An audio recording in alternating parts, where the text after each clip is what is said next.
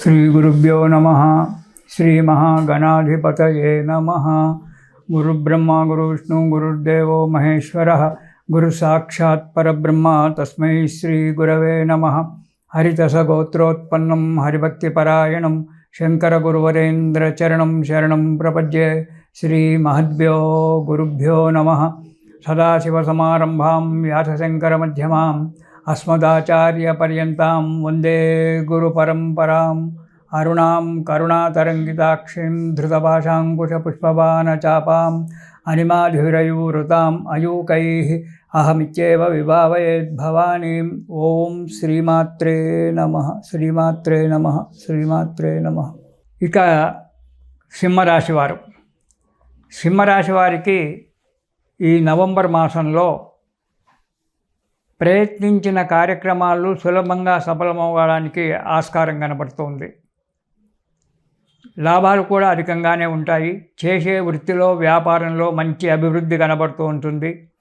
నూతన వస్తువులు కొనుక్కోవడము, కొత్త వారితో మంచి వారితో పరిచయాలు ఏర్పడము జరుగుతుంది.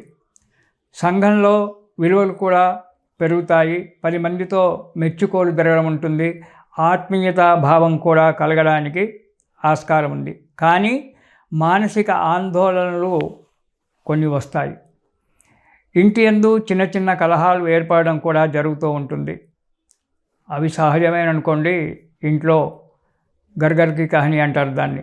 ఇంట్లో చిన్న విషయాలు పెద్ద విషయాలు భార్యాభర్తలో కొడుకులతోటో వాళ్ళతో వస్తుంటాయి. వాటిని మనసులో పెట్టుకోకుండా ఉండడం మంచిది. పట్టుదల వలన కొన్ని ఇబ్బందులు ఏర్పడతాయి. మీరు కాదన్న పని కావాలని చెప్పి చేస్తానని కూర్చుంటారు. అది ఎట్లా కాదు నేను చూస్తానంటారు. దానివల్ల ఈ కొన్ని ఇబ్బందులు రావడానికి ఆస్కారం ఉంది. కాబట్టి పనిని జాగ్రత్తగా ఆలోచించండి. కాని దానికి ముందు అడిగేయకండి. ప్రయాణాల్లో ప్రమాదాలు జరగడానికి కూడా ఆస్కారం ఉంది. ఏ ప్రయాణం చేసినా ఏది చేసినా ఈ సింహరాశి వారు భాగ్యస్థానంలో శని ఉన్నాడు కాబట్టి ఈ శని విషయంలో కొన్ని ఆటంకాలు రావడానికి ఆస్కారం ఉంటుంది. రాహు అష్టమ స్థానంలో ఉన్నాడు. ఈ రాహు వల్ల కొన్ని ఇబ్బందులు రావడానికి ఆస్కారం ఉంది. కాబట్టి చాలా జాగ్రత్తగా ప్రతి విషయంలో ప్రయాణ విషయంలో జాగ్రత్తగా ఉండండి. దానివల్ల కొన్ని మంచి జరగడానికి ఆస్కారం ఉంది. ఇక మొదటి వారం కనుక చూసినట్టయితే శుభకార్యాల వల్ల కొంత డబ్బు నష్టపోవడానికి ఖర్చు చేసుకోవడానికి ఆస్కారం ఉంది. మీ ఇంట్లోనే శుభకార్యాలు చేస్తారో లేక మీ బంధువులు మీ స్నేహితులు చేసిన శుభకార్యాలకు వెళ్ళడం వలన కొంత ధన వ్యయము డబ్బు ఖర్చు చేయవలసి వస్తుంది. స్థానచలనము, ఉద్యోగస్తులకు ఆఫీసు మారడము లేదా ఇల్లు మారడము, రెంటింట్లో ఉన్నటువంటి వాళ్ళు ఇల్లు మారడము చేయడము జరుగుతుంది. కొంత లాభసాటిగానే కనబడుతూ ఉంది.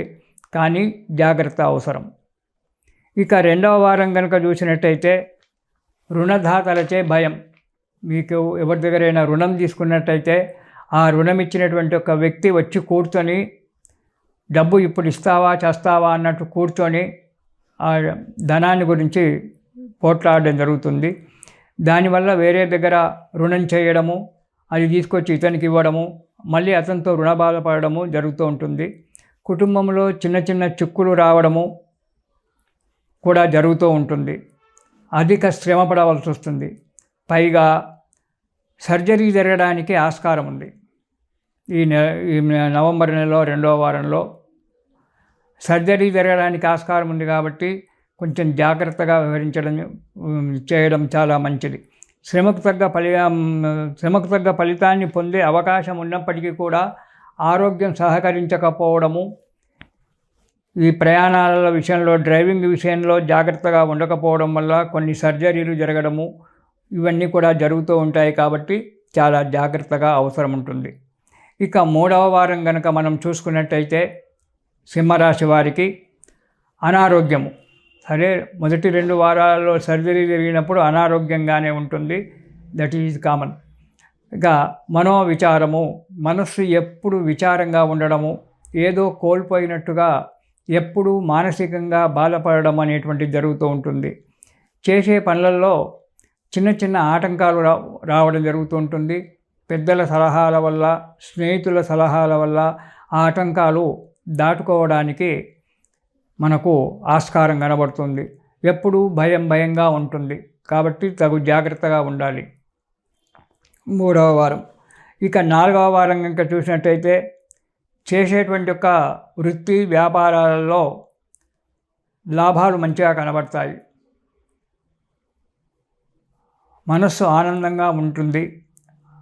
ఆరోగ్యం సరిగా సహకరించకపోయినా మానసికమైనటువంటి ఒక ఆరోగ్యం భాగం చాలా మంచిగా ఉంటుంది. ప్రయాణాలు అధికంగా చేయడం జరుగుతూ ఉంటుంది. కానీ ప్రయాణాలు చాలా మటుకు మానుకోవడం చాలా మంచిది. మనోనిబ్బరంగా ఉంటారు. చేసేటువంటి ఒక కార్యక్రమంలో జాగ్రత్తగా ఉండడం మంచిది.